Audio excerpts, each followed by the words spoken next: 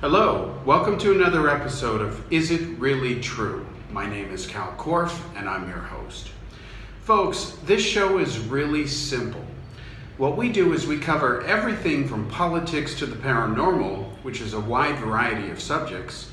And what we do is we examine various claims that are made by different people and different entities, things that might appear on the internet or on TV or on radio or in print. And we examine them and we tell you whether it is really true or not. We present enough data so that you can independently check and verify the facts for yourself, and that is the purpose of this show. Again, its name is It Really True? My name is Kal Korff and I'm your host. And today in episode number 2, we examine the current controversy over the claim that President Barack Obama of the United States actually authorized $400 million worth of ransom payments to be given to the government of Iran in exchange for the release of 4 Americans. Is the claim really true? Let's examine the facts to settle this issue.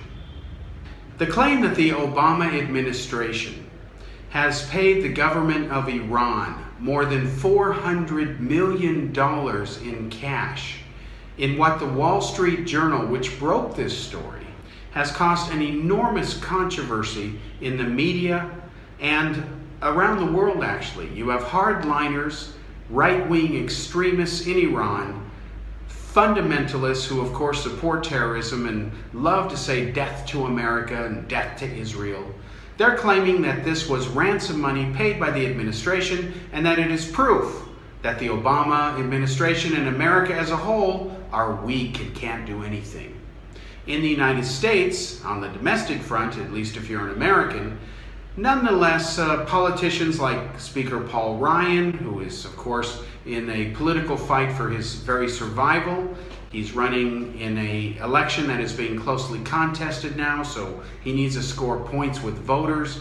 He and other fellow Republicans, people who are opposed to the Iran deal, they're all saying, yep, we told you so, this is ransom money.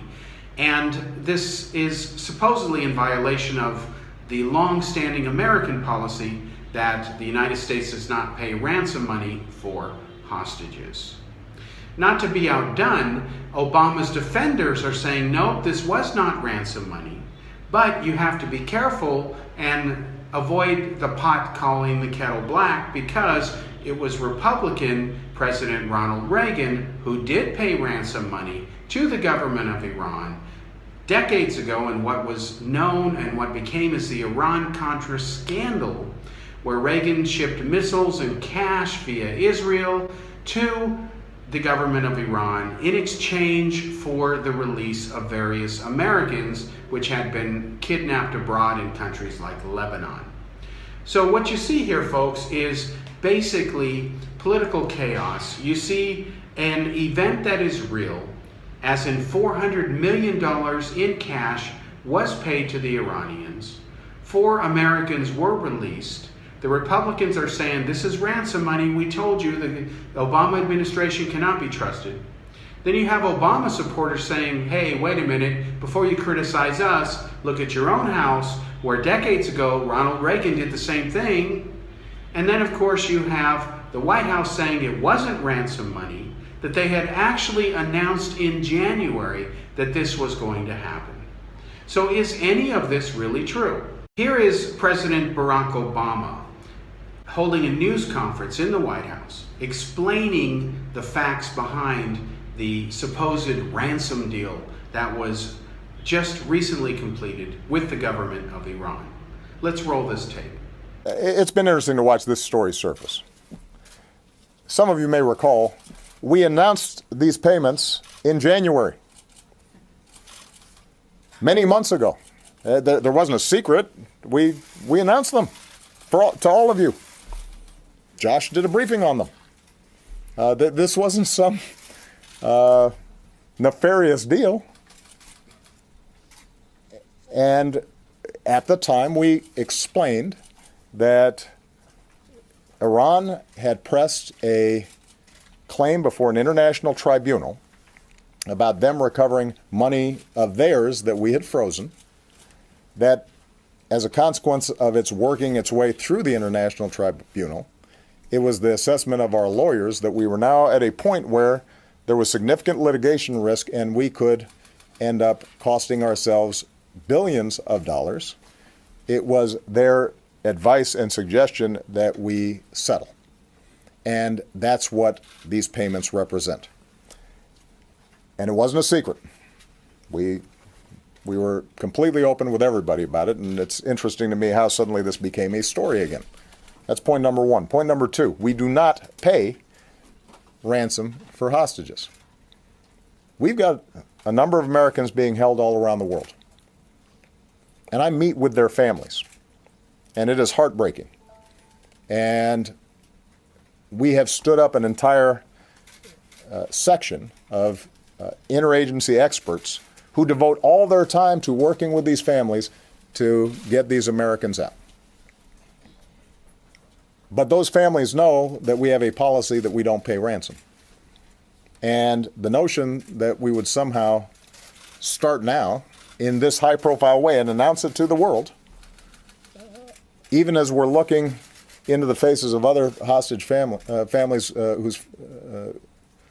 whose loved ones are being held hostage, and say to them that we don't pay ransom, defies logic.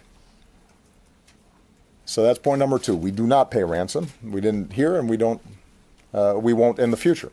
Precisely because if we did, then we would start encouraging Americans to be targeted, much in the same way that some countries that do pay ransom end up having a lot more of their citizens being taken by various groups. Point number three is that the timing of this was in fact dictated by the fact that as a consequence of us negotiating around the nuclear deal, we actually had diplomatic negotiations and conversations with Iran for the first time in several decades. So the issue is not so much that it was a coincidence as it is that we were able to have a direct discussion. John Kerry could meet with the foreign minister, which meant that our ability to clear accounts on a number of different issues at the same time converged. And it was important for us to take advantage of that opportunity, both to deal with this litigation risk that had been raised. It was important for us to make sure that we finished the job on the Iran nuclear deal. And since we were in a conversation with them, it was important for us to be able to push them hard in getting these Americans out. And let me make a final point on this. It's now been well over a year since the agreement with Iran to stop its nuclear program was signed. And by all accounts, it has worked exactly the way we said it was going to work. You'll recall that there were all these horror stories about how Iran was going to cheat and this wasn't going to work, and Iran was going to get $150 billion to finance terrorism and all these kinds of scenarios. And none of them have come to pass. And it's not just the assessment of our intelligence community. It's the assessment of the Israeli military and intelligence community, the country that was most opposed to this deal, that acknowledges this has been a game changer and that Iran has abided by the deal and that they no longer have the sort of short-term breakout capacity that would allow them to develop nuclear weapons. So what I'm interested in is if there's some news to be made, why not have some of these folks who were predicting disaster say, you know what, this thing actually worked? Now that would be a shock. That would be impressive. If some of these folks who had said the sky is falling suddenly said, you know what, we were wrong, and we are glad that Iran no longer has the capacity to break out in short term and develop a nuclear weapon. But of course that wasn't going to happen. Instead, what we have is the manufacturing of outrage and a story that we disclosed in January. And the only bit of news that is relevant on this is the fact that we paid cash, which brings me to my last point. The reason that we had to give them cash is precisely because we are so strict in maintaining sanctions and we do not have a banking relationship with Iran that we couldn't send them a check. And we could not wire the money. And it is not at all clear to me why it is that cash, as opposed to a check or a wire transfer, has made this into a news story. You know, maybe because it kind of feels like some spy novel or, some, crime novel, because cash was exchanged. The reason cash was exchanged is because we don't have a banking relationship with Iran, which is precisely part of the pressure that we were able to apply to them so that they would ship a whole bunch of nuclear material out and close down a bunch of facilities that, as I remember, 2 years ago, 3 years ago, 5 years ago, was people's top fear and priority, that we make sure Iran doesn't have breakout nuclear capacity. They don't. This worked. As you can see from what President Obama has said, he has made it very clear, and he is telling the truth, that this was not a quid pro quo, that there was no ransom money paid, and that the money that was actually given to Iran had nothing to do with releasing the 4 Americans. The White House is telling the truth on this. While this will, of course, upset the neocons and Obama's critics and the Republicans, of course, who are always trying to score political points, truth be damned, the fact is that the International Tribunal Court, which had been looking at the issue of money that was owed to Iran for decades because it had paid for the delivery of American weapons, which the United States never delivered to Iran because of the Iran hostage crisis that broke out when Ayatollah Khomeini came to power after the Shah of Iran was overthrown in Iran. The Iranian government had ordered hundreds of millions of dollars of military weapons, including and especially aircraft, American-made aircraft. And the United States failed to keep that agreement, froze that money and the assets of Iran in banks around the world, especially in the United States. And what happened was, the whole case went to arbitration in The Hague via an international mutually agreed upon panel, including judges from Iran and judges from the United States and neutral judges from other countries. And what happened is that the lawyers came back all these decades later and said, look, the Iranians are owed nearly $2 billion. And the United States, meaning the Obama administration in this case, because President Obama is currently the sitting president of America, the lawyers were very clear. They told the White House that we're going to lose, meaning the United States, and that there's now going to be compounded interest on the $400 million that was frozen. Therefore, this whole thing, if it is not settled now, could balloon into potentially billions of dollars in damages. So the White House wisely opted and elected to cash out now. The Iranians, who were starving for hard currency, agreed to settle, and $400 million in foreign currency was sent on an airplane to Iran.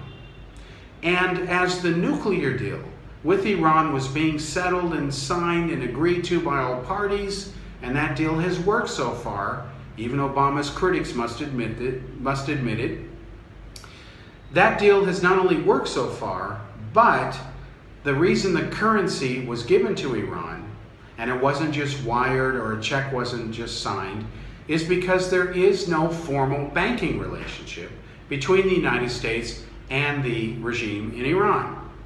So cash was paid instead.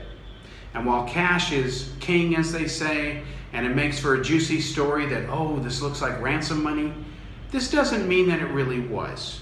In fact, it was foreign currency because under existing U.S. laws, it is illegal to pay dollars to Iran. So, what do we make of all of this? We can now safely say that the version of events as stated by the Obama administration is actually really true.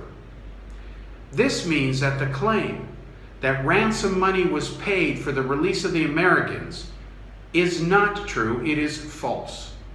We can also say that the Wall Street Journal got this wrong, and we challenge anybody out there to come forward with undeniable, irrefutable evidence that this was indeed ransom money and that it was given to Iran in the form of a quid pro quo. There is no evidence that this is true. The only so-called evidence are critics of the Obama administration who are making this false claim without facts to support the allegations. There are some hardliner Ayatollah bozos in Iran, the same types that support terrorism, want Israel wiped off the map, want the United States and the Western way of life to be destroyed and submitted to their perverted version of Islam. These people are saying it was ransom money, that this was to free the hostages, when in fact it's not true. It is not true. I'm repeating that fact. And again, challenging anybody to contact Daily World and provide any evidence that this really was a quid pro quo. If you can't produce the evidence, then just stop the nonsense allegations, because spreading nonsense and falsehoods like this is never right.